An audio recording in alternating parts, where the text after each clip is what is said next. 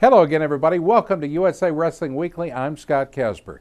It's time for this week's news and features from USA Wrestling, the national governing body of our sport. Well, the excitement of college wrestling postseason continued last weekend with more national championship events. And yes, USA Wrestling Weekly was on hand.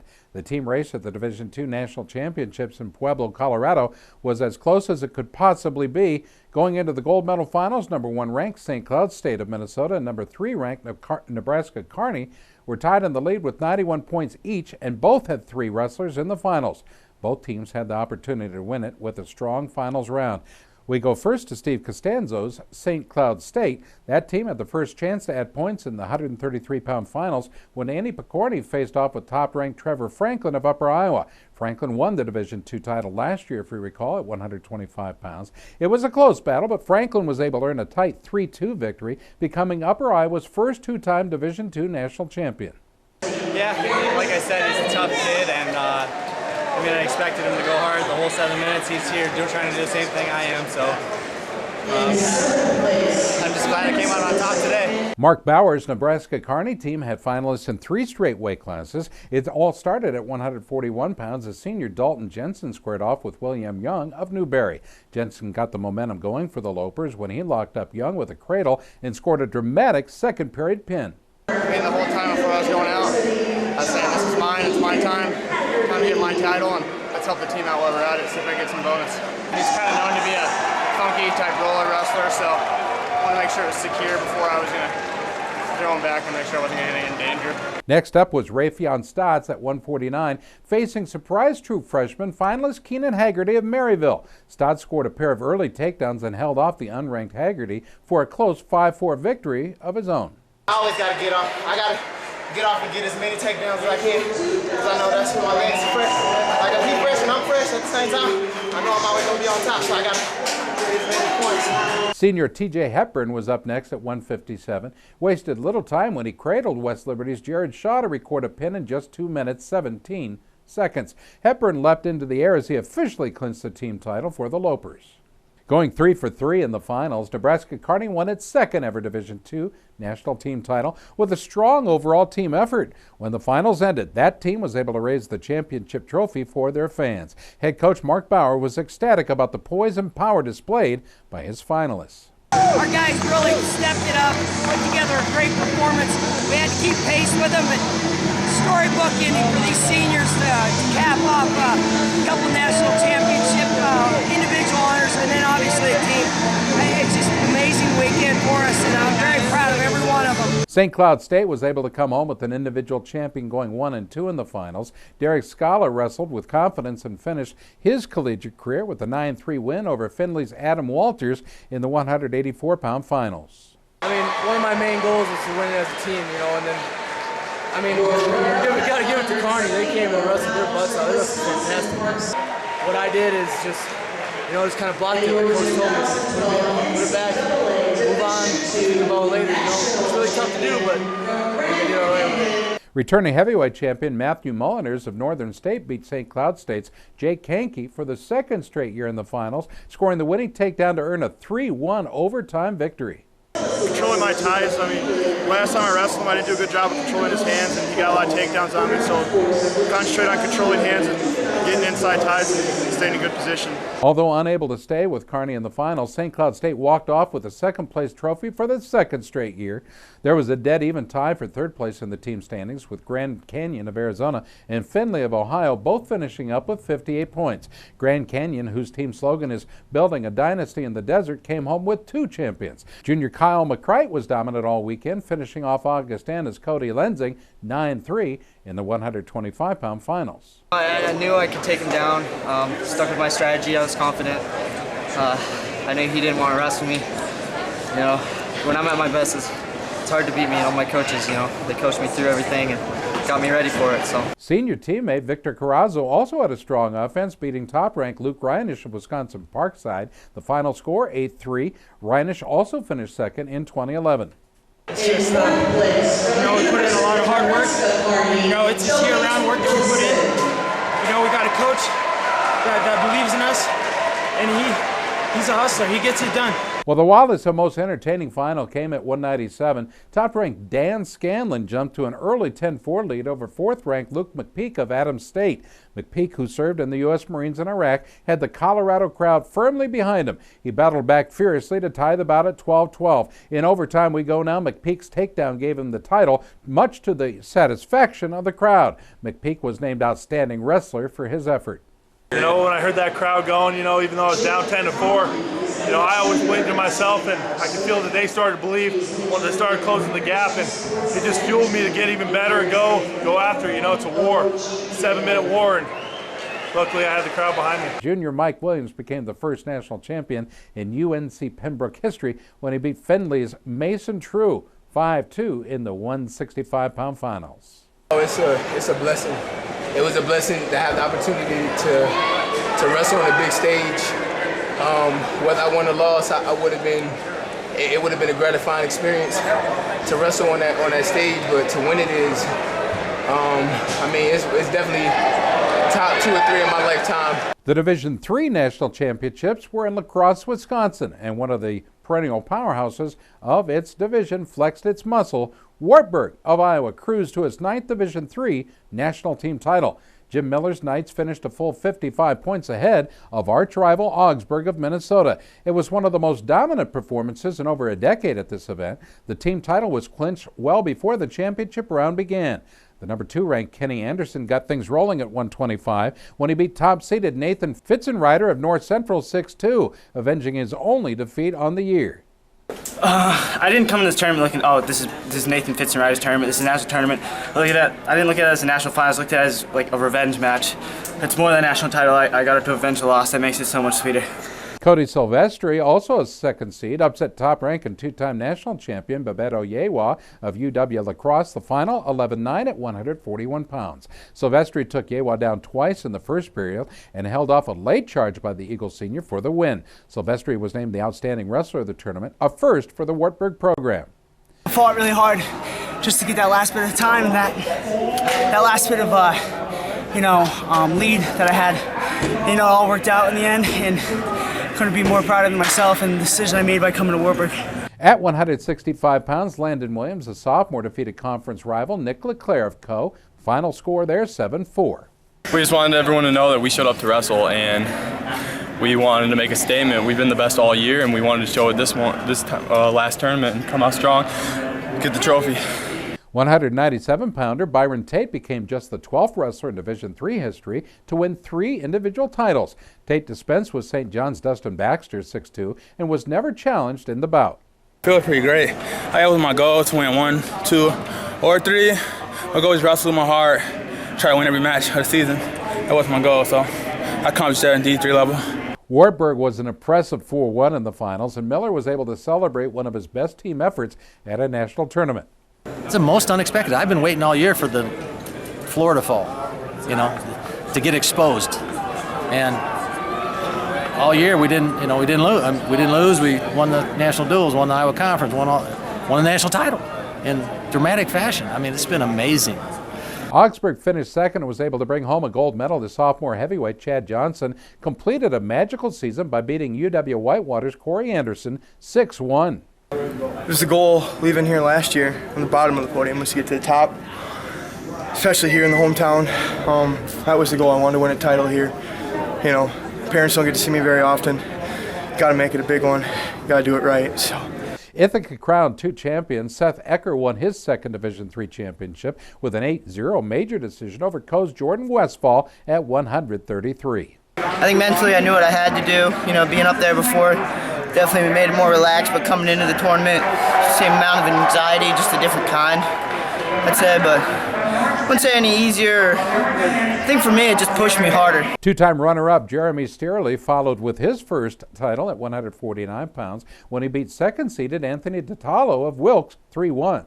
It's awesome just for a program and all the stuff that we've been through and we've done and all the hard work, and it finally pays off, especially being in the finals twice there and just coming up a match short. It means everything in the world to get back there again, especially at a higher weight.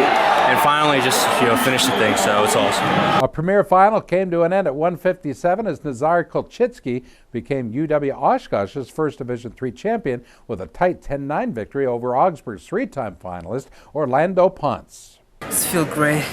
I worked for this moment 1 year. Even before injury, I just think about that title, and I did it. So I'm pretty excited. Kyle Quiet of Ohio Northern bested Bradley Banks at 174, giving the Polar Bears their second individual champion in the past 3 years. I feel amazing. I got taken down right away. I've been working really hard, my neutral, and I was kind of disappointed in myself, but I came back, rallied, and I managed to get the win. Mike Denver of the College of New Jersey capped an undefeated season by pinning King's College senior Mike Riley in the second period at 184 pounds. Denver was also awarded the NWCA's Most Dominant Award for the season. Well, Riley's a good guy. He's a hard worker, a hard competitor, and I knew even though he was hurt, he wasn't going to give up in the national finals, you know what I mean? It's once in a lifetime. And, I knew he was hurt, but I didn't want to take that to my advantage. I just wanted to keep doing what I do best and just kept working my moves on top, and it just paid off for me in the end.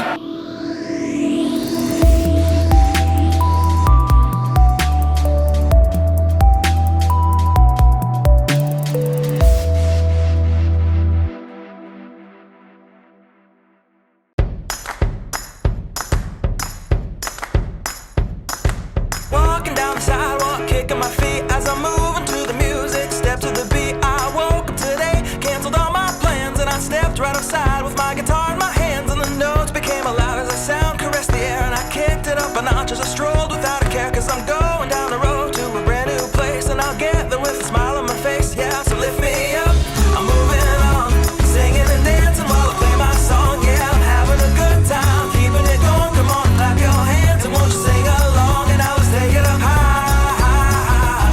Give our dreams their wings to fly. Gotta keep the fire burning, keep the hope alive. You gotta keep it turning.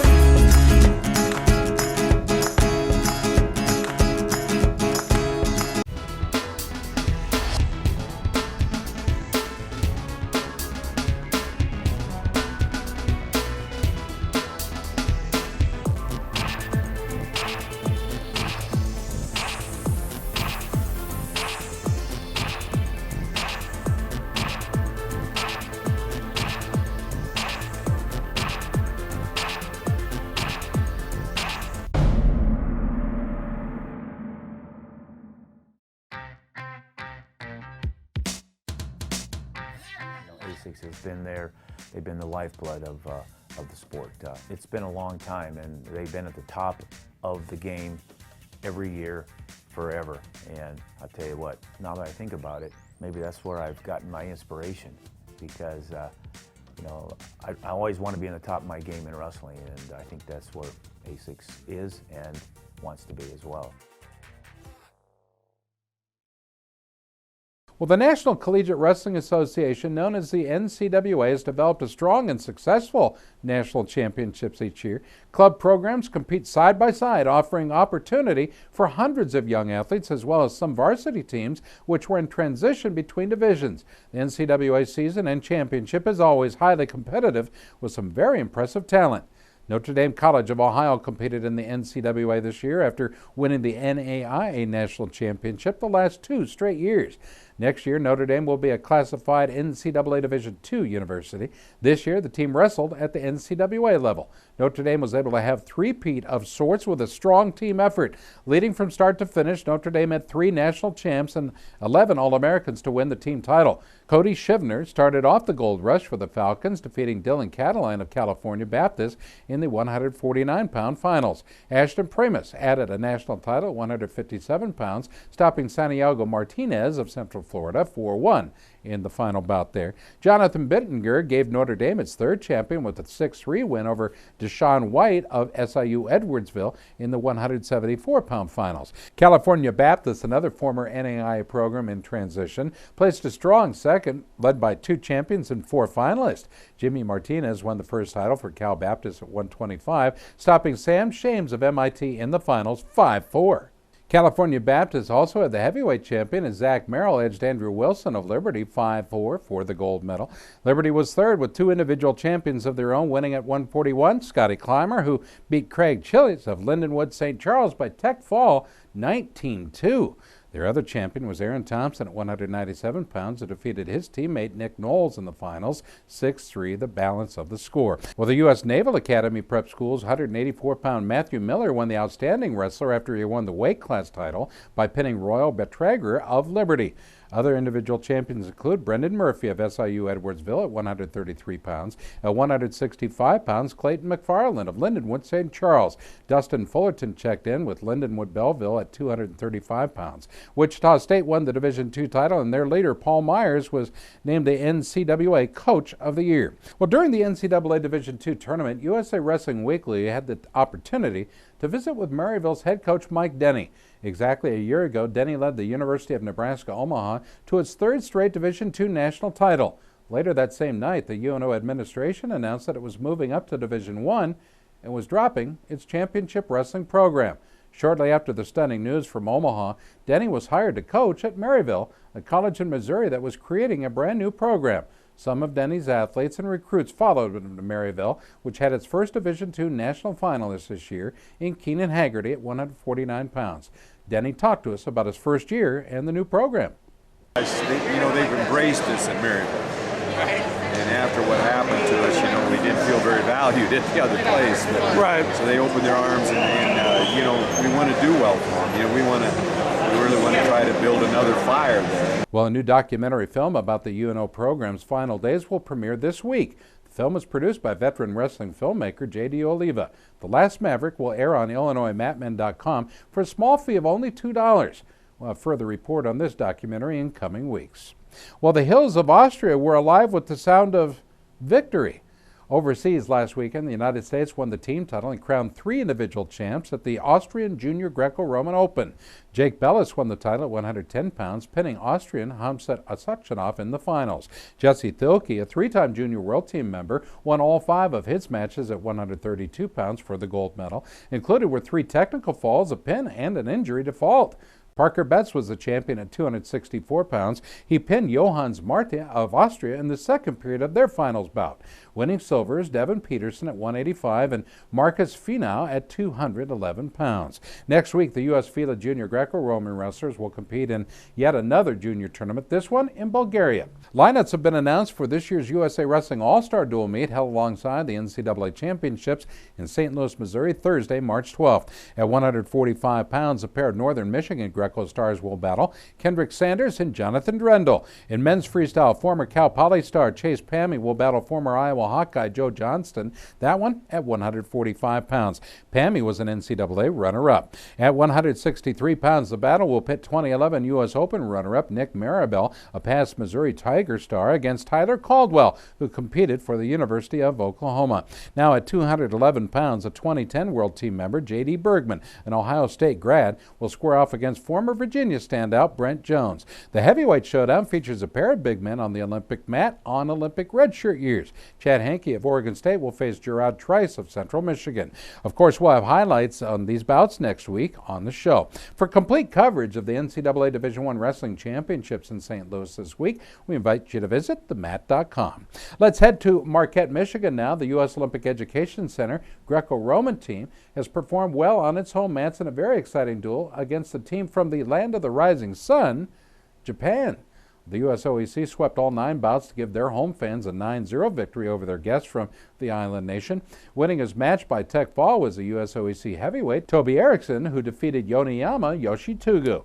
Other Greco-Roman winners include Max Nowery at 121 pounds, Paul Telgren at 121 as well, Dmitry Rybachinski at 132 pounds, Thrasher Porcher at 132, Bo Beckman at 145, Josh Castanello at 163 pounds, and Aaron Briggs at 163 as well. There was one freestyle match featuring USOEC women's 132-pound wrestler Jenna Burkert, who faced off against Japanese male counterpart Kobayashi Shia at 132 pounds. The bout went to Burkert, who won the match by pin. For the past 2 weeks, the USOEC women's freestyle team was in Japan for its annual training and competition tour with Japanese college programs. Coach Shannon Gillespie took the American women to Japan to learn from the nation, which has dominated women's freestyle for decades now. The American and Japanese counterparts enjoyed some unique and high-intensity practice drills in their training sessions. In addition to the high-quality workouts with their hosts, the USOEC women were also able to spend some time sightseeing and learning more about Japanese culture. We talked to some of the USOEC athletes about the tour. Well, so far I really like it. Just everything looks nice. This hotel is really nice. I like the way the rooms are set up, and we walked around a little bit last night, and it just looks like a beautiful city. Everything's really great so far. Training partners are really good. They know what they're talking about. They don't mess around. You know, they're here to wrestle us, and they've been awesome. The training center is amazing. Kind of blew my mind a little bit. It's been great. It's awesome. I'm glad we're staying in the city. It's been pretty cool, walking around and getting to see everything. The wrestling's been great. We do a ton of live. We got to do 4 or 5 matches yesterday, and then today we did a bunch of situations, offense and defense. So it's been great so far. It's time for our photo of the week. These pictures are sent in by wrestling families and fans from around the country and are also being considered for the photo contest page in USA Wrestler magazine, as well as our USA Wrestling Facebook page. This week, our photo of the week is taken by Jen Patetta, which depicts an 8-year-old Devin Griffin of the Cougars Wrestling Club in Sparks, Nevada, hitting a crossface during the 2012 Salt Lake Slam in Utah. Have your photographs considered simply by emailing them to Gary Abbott at usawrestling.org. Stay tuned. We'll have more USA Wrestling Weekly on the other side of the break.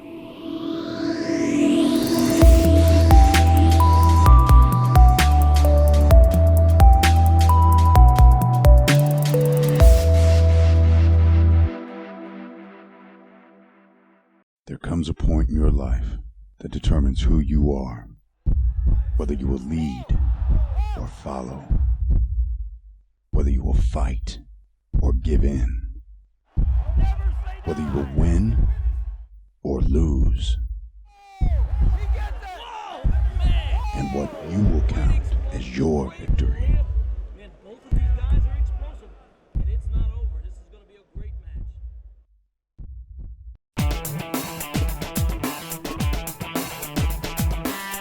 Each season, Liberty Mutual's Responsible Sports Community Grant Program awards $65,000 to youth sports organizations and school sports programs that demonstrate their commitment to responsibility in youth sports. Your organization could be one of our 20 winners this season.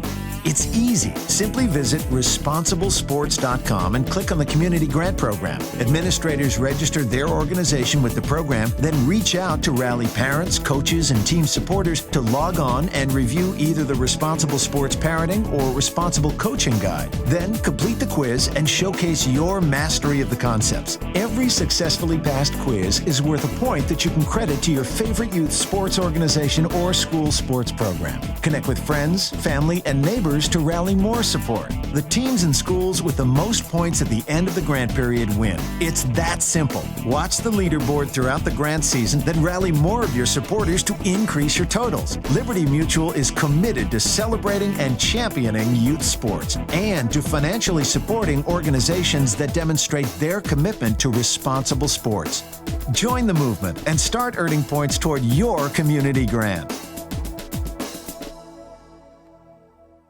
Hundreds of talented U.S. wrestlers are training for a chance to achieve a lifelong dream of earning a spot on the Olympic wrestling team. How? Well, the U.S. Olympic trials coming up in April in Iowa City. One of those Olympic hopefuls is men's freestyle 32-pounder, that's 132-pounder, Derek Moore of the U.S. Army. A past NCAA champ for Cal Davis, Moore has honed his freestyle skills with the Army World Class Athlete Program. An Armed Forces production crew filmed this feature on Derek at the Dave Schultz Memorial. I'm going to get myself an Olympic gold medal. Those confident words were spoken by yet another athlete hoping to wrestle a spot to represent the United States in the upcoming Summer Olympic Games in London, England this July. Wrestling teams from around the world attended the Dave Schultz Memorial International Tournament held at the Olympic Training Center in Colorado Springs recently. The tournament featured a number of world champion freestyle wrestlers competing against international amateurs and those hopeful to make the United States Olympic team. Captain Derek Moore, who is assigned to 4th Battalion, 42nd Field Artillery Regiment, 1st Brigade Combat Team, 4th Infantry Division, explains the importance of this and other tournaments in backing up his quest for Olympic gold. There's 4 or 5 different tournaments over the year where if you win or if you're the #1 placing American at that tournament, you qualify for the Olympic team trials. I've already qualified back at Sunkist where I injured my knee, but I'm here just to get more competition and try to knock some people out from qualifying, less competition at trials. Family members and freestyle wrestling fans watched the intense competition as athletes fought not only for a tournament victory, but for taking another step toward realizing their dreams of competing for a coveted spot on the U.S. Olympic team in Iowa City, Iowa in April, and hopefully for a gold medal in London in July. It's been my goal since I got that national title. Once you get that feeling of victory at the highest level that you're at, you kind of want that next step, you want that next goal, you want that feeling again, and there's nothing like that feeling. For the 5 participating soldier athletes in the tournament who are part of the Army's world-class athletic program, their individual matches and Olympic goals are only partially realized without the support they've received from soldiers who are non-professional athletes. It's always appreciative when soldiers are able to come out and see them perform and do well, and our guys like to perform for the soldiers because they know what they're doing out in the field. And if our guys are able to do well here, it gives our guys that are out in the field doing the real hard work, gives them the opportunity to have something to cheer for. And then once those games are on in London and they see our guys out there wrestling, they'll really be able to cheer for them. While the #8 nationally ranked Captain Moore is looking forward to possibly making the U.S. Olympic wrestling team in Iowa City, he also looks forward to representing and integrating with his future Raider soldiers. And he even wanted to send a confident and optimistic message to his future battle buddies in 442. Let you know that I'll be joining up with you real soon. Excited to be part of the unit. The command staff there has been so welcoming, so awesome to allow me to continue to train, and just let them know that I was really excited to be working with them after I get that Olympic gold medal for 442. Reporting from Colorado Springs, Colorado, I'm Army Sergeant Kennedy James. That'll do it for this week's USA Wrestling television program. For all of us here at the show and for everybody in Colorado Springs, good night.